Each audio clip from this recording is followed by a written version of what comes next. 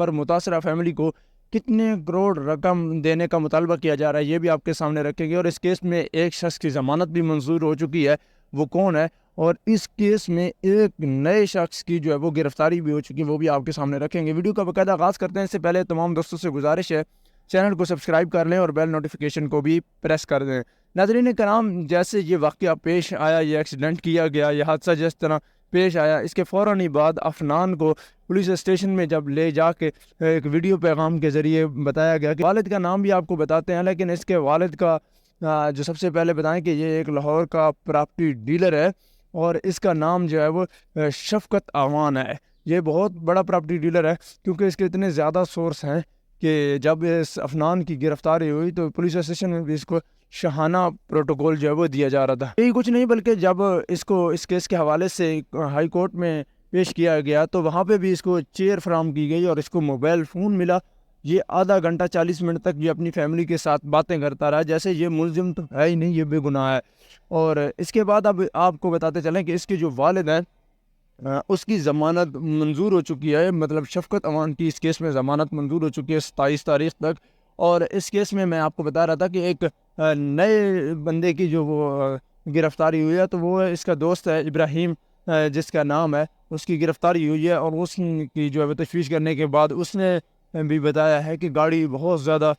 تیز رفتار تھی، اور گاڑی کی جو ڈرائیو ہے وہ افنان ہی کر رہا تھا، اور ہم نے سیٹ بیلٹ وغیرہ باندھے ہوئے تھے، اس وجہ سے ہمیں چوٹیں نہیں آئی۔ بہرحال یہ پورے کا پورا پروپیگنڈا ہے، پلان بنایا گیا ہے ایک۔ لیکن اب آپ کو بتائیں کہ جو ہے دیت کے نام پر متاثرہ فیملی کو کتنے کروڑ کی رقم کی جو وہ آفر کی جا رہی ہے۔ تو دیت کے نام پر مطلب جب کوئی کسی کا نقصان ہو تو دیت دے کے اس کو جو ہے وہ کیس کو ختم کرا دیا جاتا ہے۔ تو اس افنان کے جو والد ہیں شفقت اعوان کی طرف سے جو ہے وہ 4 کروڑ روپے کی دیت دینے کا جو ہے وہ اعلان کیا گیا۔ انہوں نے کہا کہ ہم 4 کروڑ روپے دیت دینے کے لیے تیار ہیں، آپ اس کیس کو ختم کر دیں۔ لیکن جو متاثرہ فیملی ہے اس نے کہا ہے کہ ہمیں پیسے نہیں چاہیے، ہمارے 3 خاندان اجڑ گئے ہیں۔ تو جو